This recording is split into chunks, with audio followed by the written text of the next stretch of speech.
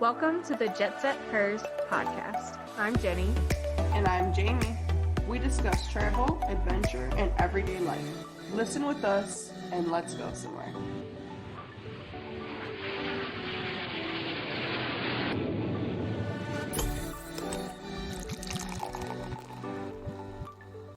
Hi. Yo, Jenny, what's up? Yeah, just a lot going on over here on this side. Just got done moving. It was a lot of work. I don't want to do it again anytime soon, but I love our new apartment and now I just have to unpack all this shit. So, Which will be fine. You'll be cozy in the new place in no time. yeah. How about you? I saw you went on a little getaway.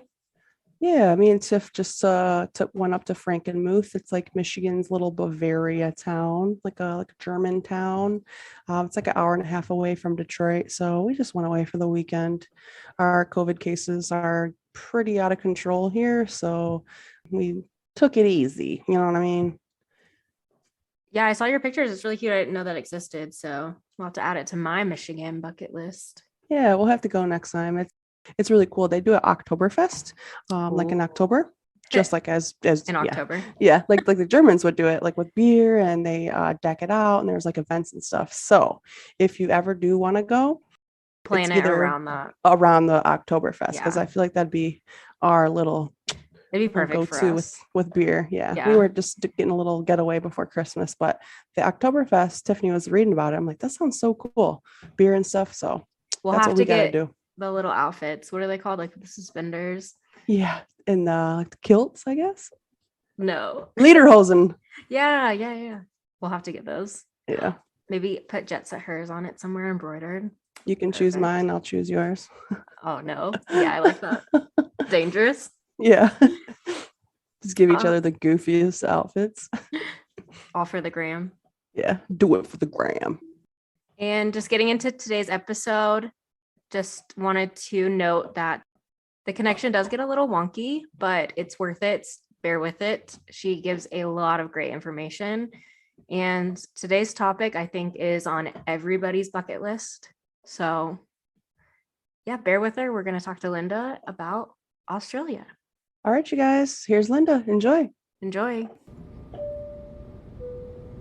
All right, here to introduce today's guest, Linda, also known as the Smart Travelista and author. So, hi, Linda. Thanks for coming. Hi, Jenny. Thanks for having me. We're excited. Start off, tell everyone where you're talking to us from today. So I'm in Melbourne, Australia, originally from Sydney. I'm an Australian travel writer, author, and blogger. And I have 4 books available on Amazon. So my aim is to meet the travel and saving money. So that's what I'm all about. And we love both of those things. So this will be fun. Fabulous. Yeah, just to get an idea, it is 7 a.m. for her at the moment. And it is 1 p.m. and 3 p.m. for Jamie over here. So, and it's the next day. It's Tuesday for her, which is crazy. Totally different day. Yeah. We're in the future. Yeah. How is Tuesday looking? We need to know. It's looking pretty good so far. So just go in a little bit more about yourself. Introduce yourself. Let's find out who you are. Yeah, so I'm a former travel agent and a seasoned traveller. So I've been travelling all my life. I was really lucky as a child. We went on a 4-month road trip around Australia, which was a really good introduction into travel. So I saw pretty much all of Australia when I was a child, and that started my love of travel. And yeah, I didn't know about travel until then, obviously. And then from that point onwards, my career led me into the travel industry, which was absolutely brilliant.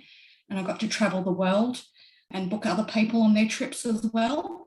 So no longer in the travel industry, but I utilise a lot of the tips and tricks that I used to show to clients how to do my travel. So when I was in the travel industry, we used to get quite cheap fares and cheap deals. I still get those deals, but it's just in a different way. A little bit about me. Obviously, with the pandemic, haven't been able to travel too much, but things are looking quite positive now. They've opened up the borders in Australia, and we've already had some international flights, which is fabulous.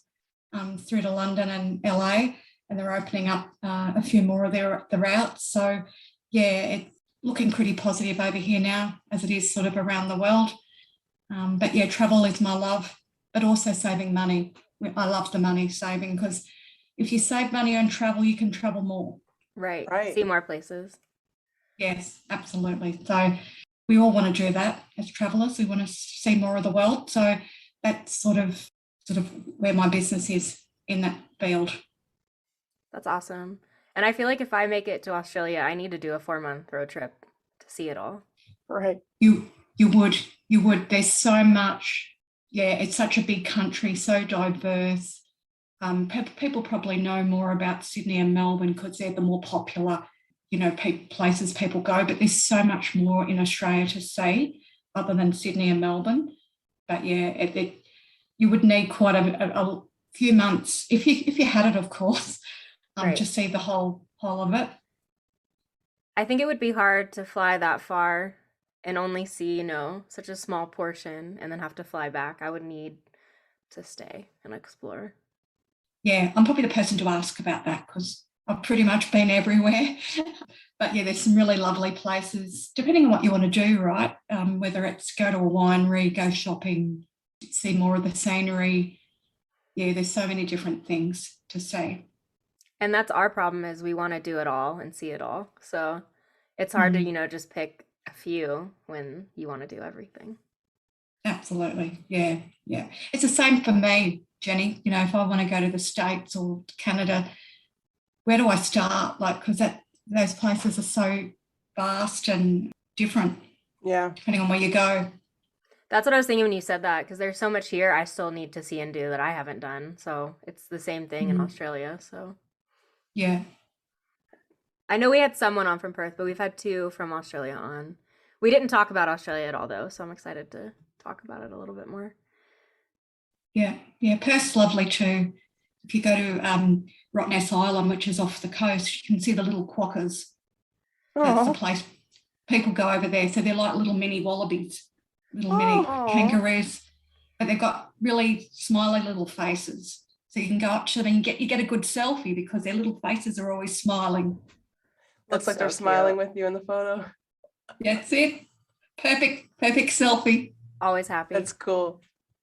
Yeah, I actually looked at a map right before we started because it sounds silly, but I was like, I don't know exactly where Melbourne is. So it was kind of cool to see that.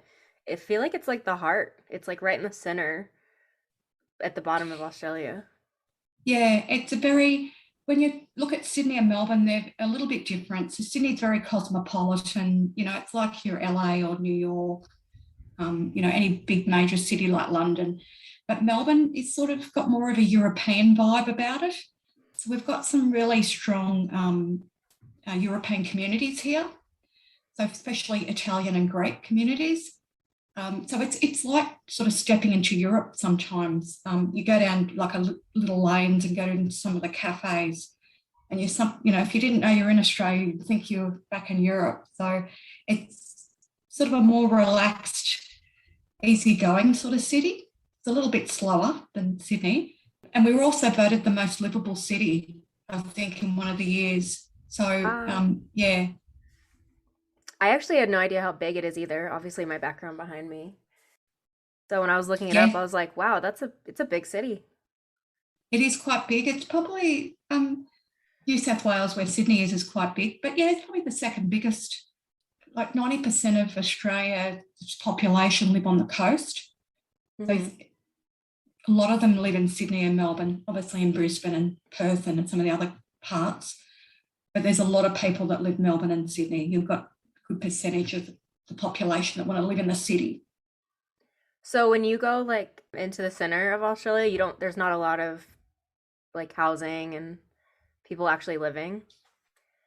No, so 90% of the population live on the coast, and That's the crazy. other 10% probably live in the heart, like the middle. So yeah, it's very barren and sort of untouched in Northern Territory, and sort of you go further down in South Australia, down like Cooper Pedy and some of those more remote places. So from Darwin down, sort of Darwin's north, if you go down south in a straight line, yeah, there's a lot of places you'll go through there where you won't see anybody. Wow. And another place like that is the Great Australian Bight. So if you go from Perth and head towards South Australia and also New South Wales, you can go across that stretch road and not see too many people. So when you do see people, you're waving. When we were doing it, we were in a car and we would wave to all the truck drivers because we wouldn't see anyone for a while. So it's And exciting. they would wave, and they would wave back. Everyone's so happy to see each other. That's it. When you're driving, you don't see anyone for a while. But there's a lot of places in Australia like that. So mainly around Northern Territory, some parts of Western Australia too. But yeah, there's a lot of remote places. Not so much untouched. People sort of live near there, but there's not a lot of population there. Right. So when you did your road trip, did y'all stay in like hotels or what did that look like? No, we did camping. So we did camping and caravanning. That makes sense. Because it was cheaper. We also did, we splashed sometimes and stayed in a hotel. The majority of it was sort of, especially around Ayers Rock, Uluru, which is in the middle of Australia. There is no there's hotels there now, but when we went, there was no hotel. Right. So it was, you have to stay in a caravan park, so maybe like a trailer park, or pitch our tent. But it was a real good education. As a child, you were like, oh, something different every day. You didn't, Yeah. I love that. But then it was great. Do you have the new trend going on as well where people are moving into RVs and living that way with their family? Because that's a big thing here in the US now. Yes, people have started to doing the van life, they call it. Van life, yeah. And they're getting in vans and traveling around. And it is a cheaper way to do it because, accommodation can get quite expensive if you're staying in hotels. Motels are probably a little bit cheaper, but yeah, if you've got your own van, you're sort of more self-sufficient. The money goes further, and you can go for longer. And there's some actually really nice vans now, so it's not like you're really missing out. They have showers and some and everything. Yeah. So yeah. So you find that a lot of retirees do that over in Australia, where they just sell everything up and go, right, we're going in the van, and then they travel around. Yeah. But a lot of young people doing that too. Yeah, you're seeing that a lot more here. But I feel like it fits the beachy Australian vibe almost better than the US. So yeah. I think if you've got anywhere where there's a lot of distance in a country, it's suited to a van because if everything was close together, then the van wouldn't be useful. My cousin was van lifing like 15 years ago before anybody was van lifing, so RV lifing, whatever you want to call it. So yeah, they were ahead of the game then. Yeah. Started the trend. So I remember her talking about that when I was a kid. It's easier now started that the trend. So many jobs are remote, so you can work from anywhere. So it's a lot easier for people to pick up that lifestyle, I feel. If I had a remote job, I would do that in a heartbeat. Yeah. As long as you've got good internet, especially in some of those remote parts, right? You're all good. But that's the other good thing is there's so many places. I don't know about Australia, but here every cafe and restaurant seems to have Wi-Fi now, so you can probably find it somewhere. It might not be the strongest, but as long as you can get to it. Yeah, I think if you're a little bit more remote, it depends on the infrastructure. So you do find that, like if you're in the middle of Australia, you're in somewhere in Northern Territory, you weren't near a city, you might find that internet might be a little bit off. But then what you do is if you needed to do something important, you'd go into the main city there and, for sure, use their Wi-Fi. Right, plan around it. Yeah. Then head back out. That's it. Get away from it all. Yeah. All right, so before we dive totally into Melbourne, because we want to hear everything about it, let's focus on your money saving tips. Like, what do you have to share? What are your biggest tips, advice in that area? Sure. So my big tip is don't use a travel agent, book online, do it all yourself. That can be quite daunting for people though, if they haven't done it before. But you just take it in baby steps, step by step, right? You need a flight, you might need accommodation and touring and, transportation. Break it down into smaller steps and it's not so daunting. Also go in low and shoulder seasons. So, the big demand is always going to be in high season because the weather's really lovely in the summertime, but you're going to pay the biggest prices if you go in those times. Also travel to destinations where there's positive exchange rates. So for me, as an Australian, Asia's always got really positive exchange rates. We're getting good exchange rate for our dollar. So, depending on where you're going, have a look at the exchange rate. If, it starts getting really good before you go, it might be worth purchasing a bit of money because you're actually going to get more value out of your spending dollar before you leave. And also airline miles. I focus quite a bit on airline miles. It's one thing that I used to teach my clients when I was a travel agent on how to do to maximise their miles. But that's a fabulous way. I travel, I don't pay commercial fare. I use airline miles to travel everywhere. So that's a really big saving as well. Apart from that, I would just say book ahead and be flexible. So sometimes if you book ahead and pay in your local currency, you're going to avoid the currency conversion also. So say, for instance, you're going to London, you might want to book it before you leave. If you go over there, you're paying the pound, and then they may transfer it back into your local currency. So you're paying a lot of foreign currency commission there and fees. So try and book it and pay for it before you leave. And then all you've really got to worry about is your spending money and what you're going to splash on when you're over there. But they'd be my big tips. I actually do a lot of that, just self-taught. And going back to when you're going and how that saves you money, it's also a more enjoyable trip, in my opinion, if the streets aren't super crowded and you're not bumping into everyone. Especially now, that social distancing is such a big thing. You don't want to be all up in everyone else's bubble. So I feel like it's better not to go when it's going to be frigid cold, but go in the in-between, where you might just need a light jacket, but then the crowds aren't going to be as crazy. Yeah, especially if you're going to tourist attractions. You don't want to be elbowing your way through crowds. That's not pleasant. And you want to have when you're on holidays, you want to be relaxed. And, that's part of the reason you're on holidays, because you want to recharge and, get ready to go back to work. Right. Yeah. But yeah, so yeah, I think a lot of the cost savings are common sense, really. Some people haven't got common sense sometimes, or they're not experienced. Right. I would say some people might not know these, so it's definitely good knowledge. Yeah, absolutely.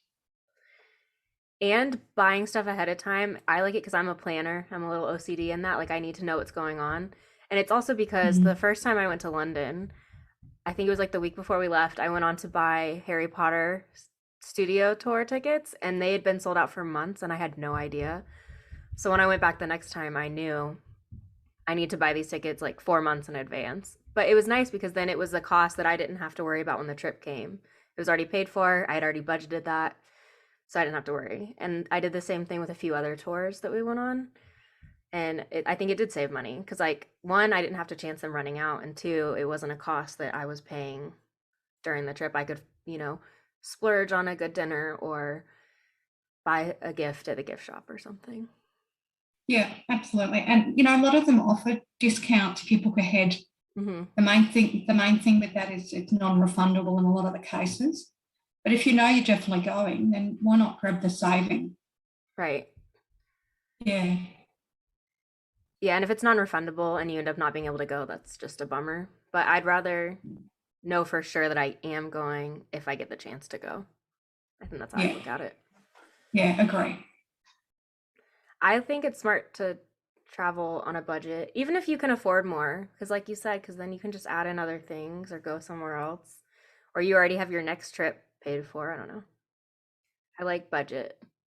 Because I'm so far away from everywhere, probably my closest part is Asia, but I like to go over to Europe quite a bit, and also the States over there. I think the cost savings is big because, it means I can have an extra international trip that year. And that's good. Other people are really lucky if they're closer, like even you guys, closer to Europe. So you can get over there more often. But for me, it's like, okay, well, if I've saved a bit of money here, then I can then make another trip somewhere else that year. So yeah, money saving is always good. Get to see Always more of the good. world. I know for you, going anywhere is going overseas. For us, that's typically if we're going, over to Europe. So it's a little different view. Yeah.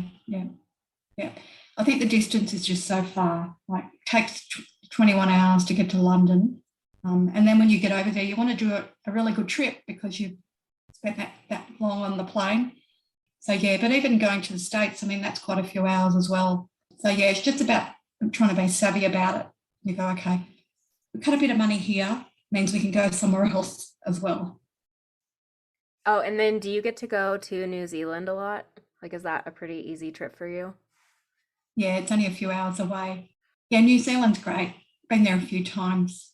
So they've got the North and South Island. So North has got Auckland and a few of the other places. And down south is really lovely, especially in the wintertime. They've got Queenstown, and that's where all the snowing is, like the skiing and snow. But that's so really cool. pretty as well. And they've got fjords down there, Milford Sound. So it's similar to like Norway with all the mountains and the waterways and the waterfalls. So yeah, very lovely New Zealand. I really want to get But to New Zealand. But I think, again, it's the nerdy side of me because of The Hobbit and Lord of the Rings and all that. yeah, so it's very relaxing over there. They take it really slow. But yeah, the scenery is just beautiful. And I have to point out just the big difference I just noticed because you said you go down south to go skiing and everything, and it's reverse for us because we're on the other side of the equator. So Mm. for us, you go north to find skiing. So when you said that, I was like, wait, and I had to visualize that. It's kind of cool the Yeah, difference. yeah. If we went north for us, it's heading towards the equator, which is Right. hot. You're getting hotter. That's funny. Yeah. It's like these differences, but when you actually hear it in a conversation, it's like, whoa, totally opposite. I mean, obviously, like you said, it's the second biggest city in Australia. But what would you say makes people like, oh, I'm going to Melbourne for this? Like, what brings them there? I think a lot of things actually. The cafe lifestyle, for one. Also shopping. There's really, really good shopping here. Sporting events. We have a lot of sporting events. One of them that you might have heard about is the Melbourne Cup. So it's a really popular racing carnival in November. And everyone from around the world comes. And it's probably similar to other horse race carnivals overseas. But there's so many other things really, really great about Melbourne. So there's a lot of different day trips that you can take. Sort of in the city, you've got St Kilda, which is a beach. It's got quite a good sort of vibe about it. With the shopping, you've got a lot of markets. You've got the Queen Victoria Market. You've got Bridge Road in Richmond, which is a big road, which is just full of like warehouse shopping. Also, you've got Param, which is sort of more expensive, more upmarket shopping. But a lot of people come for the shopping. There's also sort of a bit of a show culture as well. So a lot of different shows come to Melbourne, as they probably would to Sydney as well. So, any of the new international shows from the West End, if they choose to come to Australia, they'll come over to Melbourne and Sydney usually. But also we've got a really nice day spa about 90 minutes out of Melbourne at Dalesford called the Hepburn Spa. And a lot of people love going to that spa. It's like you go there for a day and just relax and have your massage and your facials and all that sort of stuff. That sounds amazing. Yeah. We've got some wineries which are really quite close as well in the Yarra Valley.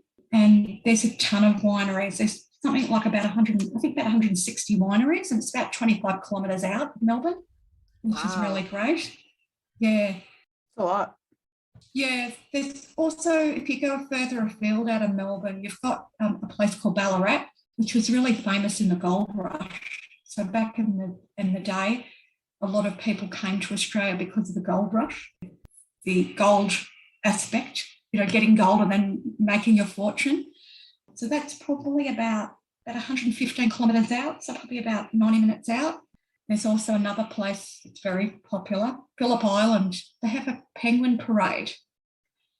Wow. which is about 2 hours away from Melbourne. And I think it's actually virtually now over COVID, where the little penguins come out at night and you get a little penguin parade. A lot of people They go just to walk Phillip Island. around. That's adorable. They just walk around and they're all protected. Phillip Island's always great. Also, I think there's a sporting event. The motorcycle racing goes at Phillip Island as well. Then another really great place, and it's probably really popular, is the Great Ocean Road. So there's the 12 Apostles. So that's a bit further away. It's about 275 kilometres away, so about 4.5 hours out. But there's limestone stacks and they're on edge of the coastline. But there's 12 of them. And so they're similar. I don't know whether you know too much about the Great Australian Bight. There's a big bight out of the middle of like the edge of Australia. And it's like coastline and like cliffs. Similar at the Great Ocean Road. They call it the 12 Apostles. So people normally go down there, they stay somewhere close, and then they go down that Great Ocean Road, which is really interesting and really, really pretty. What else can I tell you? We've got really great snowfields. So we've got Mount Buller and also Falls Creek. So they're quite a few kilometres away. Mount Buller's about 210 kilometres out of Melbourne, and Falls Creek is about 385. Really pretty as well. So winter time, everyone goes up there. There's also a place called Bright up there, and people go up there for their skiing. Closer to Melbourne, there's also a Puffing Billy train. So it's an old historical train that goes on in the Dandenongs, which goes on for about 25 kilometres, and you get to see picturesque scenery, which is really lovely. Love a train. Yeah, but there is so much, and I've only just touched on some of the things in Melbourne, but it's really great. Like there's a lot to do. You can get around by tram. So the way our normal public transport is either train or tram, but the tram takes you everywhere. So you can get on a tram, and then go right around to Melbourne and get off and visit other places. But shopping's really big here. We've got a lot of warehouse, they call them DFOs, which are sort of discount shopping venues with really great savings. So people from Sydney usually come to Melbourne for the shopping. But yeah, there's so much on offer. And a little bit about Melbourne that you might not know is that black box in a planes was invented in Melbourne. I did not know that. I neither. Yeah. So yeah, it was invented in Melbourne. Also, it was once the capital city of Australia back in the early 1900s. For about 25 years, it was the capital city.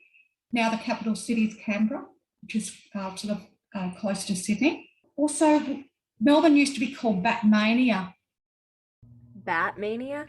It was named after a prominent person in Melbourne. He was really big in the history. John Batman was his name. So they called it Batmania. Because his name was John Batman. Yes. Whoa. Okay. So there That's is a really real cool. Batman. So you guys are Gotham City. Sort of, yeah. Which is pretty cool, I think. But there's like a road in the middle of Melbourne called Batman Hill. It's called Batman Hill. But yeah, Batmania. So we've got a place in Australia called Tasmania. So it's probably where the Batmania came from. But he was very influential. He had a lot to do with the planning of Melbourne. Another great thing about Melbourne, we've got really well planned out sort of CBD, and also the public transport's really great. So I've lived in Sydney and Melbourne. I think Melbourne beats Sydney as far as the public transport. They've got a better network, and you can get to a lot more places. So sorry, Sydney, but Sydney's got other great things about it. But one thing I've noticed living in both, that they've got a really well planned out, and so that's probably John Batman's. He's had something to do with that back in the day. Right. All right, let's talk about some food. What are some local delicacies? And you can focus on Melbourne or just Australia in general, because we haven't talked about it on the podcast at all. But like, what's the biggest food? What's the most popular food? What's the food that maybe we don't know about over here? So in Melbourne, because of the communities we've got down here, we've got a place called Lygon Street, which is where all the Italians are. Some fantastic Italian food down there. Chinatown's got really nice food as well, but we've got a big Vietnamese population as well, and there's some really nice Vietnamese restaurants as well. Obviously, there's Greek as well because we've got a lot of Greek community down here. So there's a some really nice restaurants in the middle of Melbourne, Greek restaurants. If you love your souvlaki and all that, would go in there. For Sydney, there's fantastic seafood, really, really lovely seafood. There's some really nice places in Darling Harbour in Sydney where they've got really top seafood. So seafood's good down in Melbourne, but I would say it's probably better in Sydney.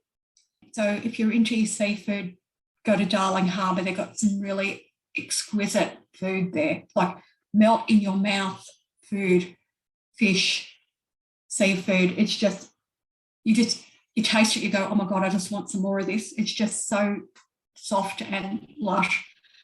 But yeah, I would say that's probably the way to go. But we've got so many different nationalities in Australia.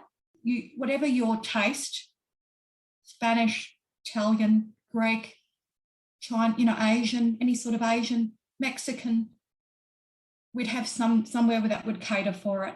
And it's, because we've got, as you would have over there, a lot of different nationalities that make up our society, and they bring all their food with them and their expertise, but they'd be probably the best. But if you're after something, if you're in Melbourne and you want to see a different sort of vibe, go down to Lygon Street. It's always quite entertaining down there, and the food's lovely. And if you're looking to really relax, the Italians know how to relax. They've got their cafes, their coffees, cappuccinos.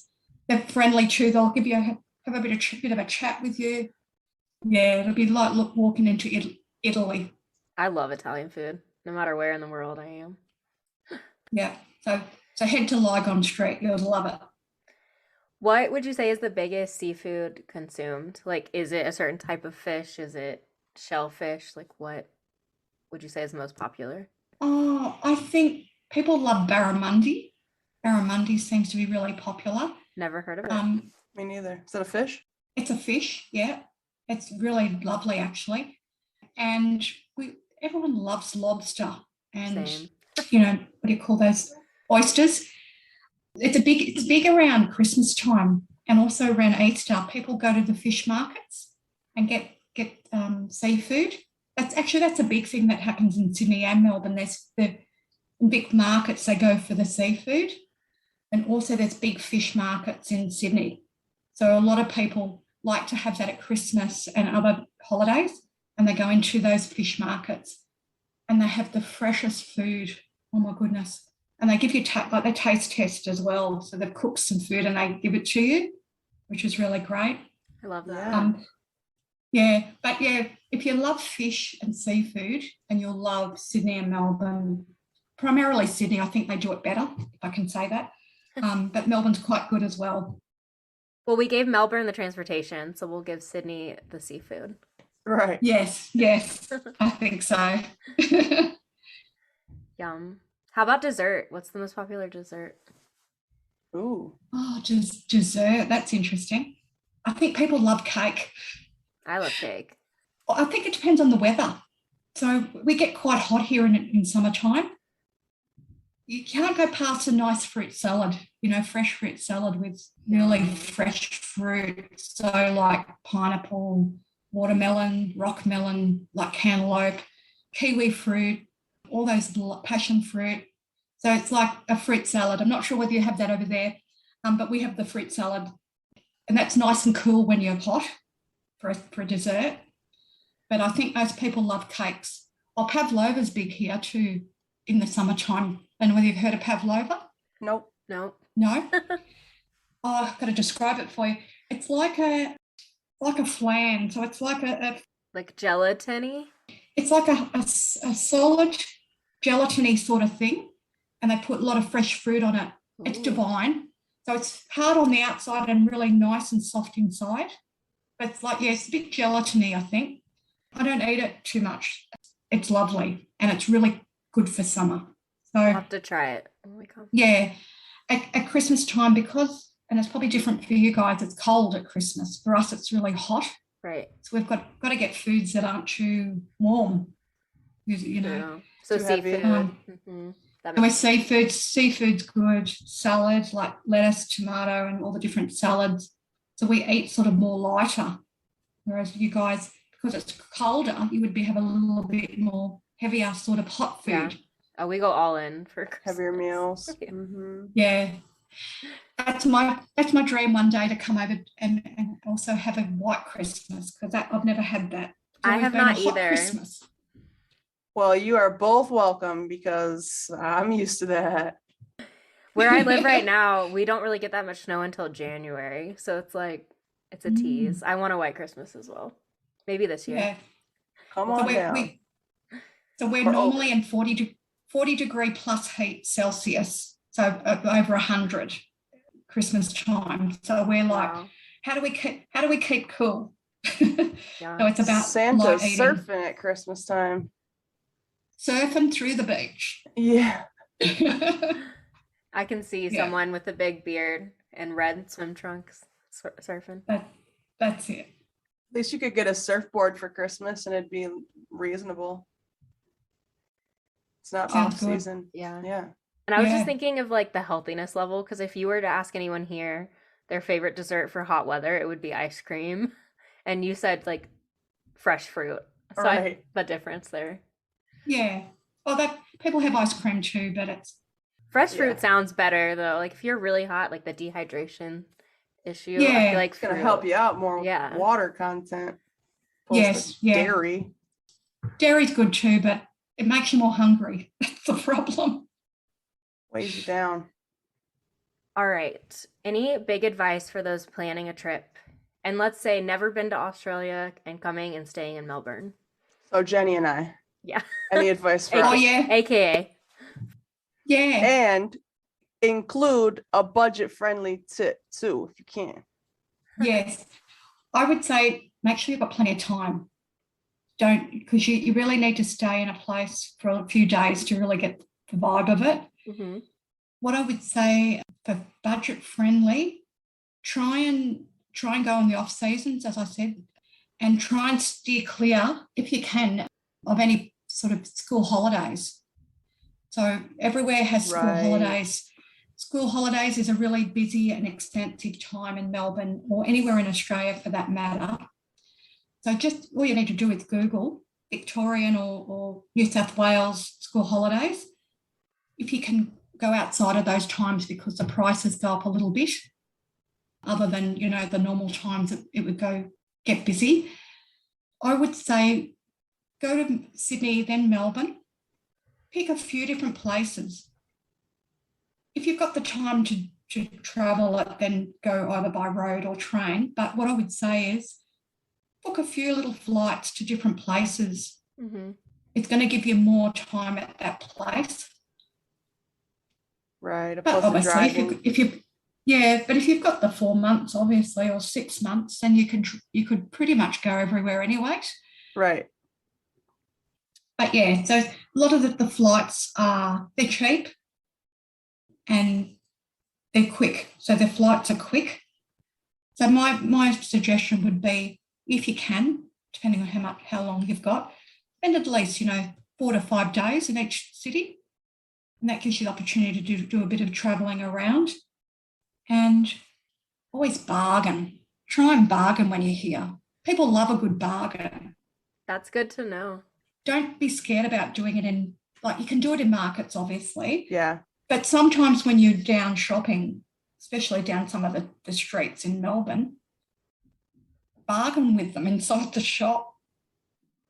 Good to Okay. know. If you're going to buy a few pieces of clothing, just say, hey, I'm going to, what do you reckon?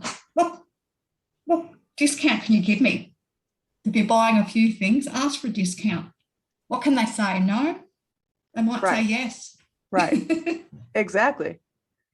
It's Yeah. so funny because we don't bargain at all here. Like if it's this price, it's this price. And I used to work in retail, and so we would get people from all over the world, and I would get so annoyed Yeah. because they would ask every day, discount, and I'm like, no, like we can't. So now that I'm hearing this from all these countries, I'm like, I Yeah. get it now, because it is a thing everywhere else, just not Everywhere here. else. Mm-hmm. Yeah. But it's just, you do it with a bit of humour, Then it's Like, not kind of right. joking a little bit, silly, Yeah. playful. Yeah. Yeah. But it's just putting things in perspective, and I'm like, okay, I should have been not as annoyed because it's a thing. Bargaining is a Yeah. thing all over the world, just not in the If you US. you're not going to know unless you ask. Mm-hmm. And what's it going to hurt? Yep. And then you get a good laugh out of it if they say no. I go, oh, well, at least I tried. True. Right. I like it. Good to know. Yeah. Well, thank you so much. Would you like to let everyone know how they can find you, find your books, your website, anything? Yeah. So my website is the smarttravelista.com. So you can find everything about me or my blog. I'm on Facebook, Instagram, and Twitter. So I'm under Facebook and Instagram as at the Smart Travelista. Twitter, I'm under _Travelista. You can also drop me an email at thesmarttravelista@gmail.com. But if you want to check out any of my books, they're on Amazon and also on any other online book retailer. But yeah, I've got a little bit for everything. So my books include the best travel bargains and managing your budget, the best overseas bargain shopping, how to increase your airline loyalty points and fly for free, and how to protect your travel health and safety. So I've got a little bit for everyone there, depending on what you're looking for. But yeah, also have a weekly blog where I give out tips, travel advice, talk about different travel places. Always up for a chat, always ready. Love people emailing me and contacting me, so feel free to do that as well.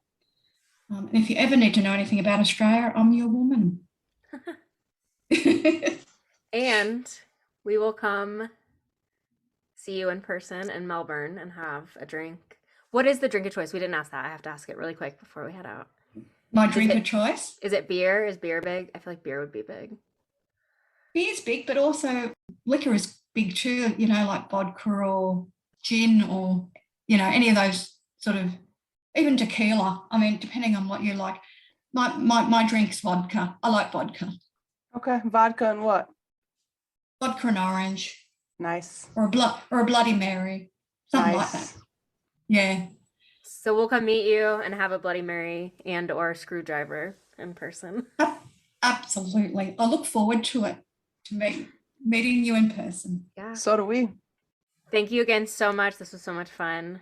Thank you, Linda. Thanks for having me, Jenny and Jamie. Been a real pleasure talking to you. All the best. Thank you again so much to Linda. She was an absolute sweetheart. We had so much fun and we learned a lot. And I know that we say this every time that we're adding it to the list, but we are, because Australia's always been on the list anyways. And it just is definitely staying there. After talking to Linda, yes, it's not going anywhere. But I think we've definitely established that we can't just go for a week. You need like months. Yeah. If you're If going to we're make going to it do there, it right. right. You got to go see New Zealand while you're there. Yeah. What's the point of taking your time off to get all the way over on the other side if you're not going to enjoy it? Take Linda's suggestion and use that as a jump off point. Yeah. Or we just need to do what she did and RV across the entire country. That's what I want to do, period. Yeah. Let's do it. We just rent an RV when we get over there, buy some clothes when we get over there. We're good. Except something we didn't touch on, which actually now I'm sad I didn't ask her because I always ask anyone from Australia this question. You're gonna have to kill all the spiders. I'm sorry. Yeah. I'm sure she would do that for us. We're gonna need like a baseball bat to kill those spiders. So a metal one. Terrifying. Yeah. And she told you how to find her, but you can also find her through our socials, which is Facebook, Instagram, YouTube. At Jet Set Hers Pod. And go on, send us an email. Anything you want to talk about, you want to say hi, you want to say bye, anything. Send us an email at jetsethers@gmail.com. And because you know you love us, go on, give us a 5-star rate, give us a good review. You know what to do. See you next time, guys. Bye. Bye.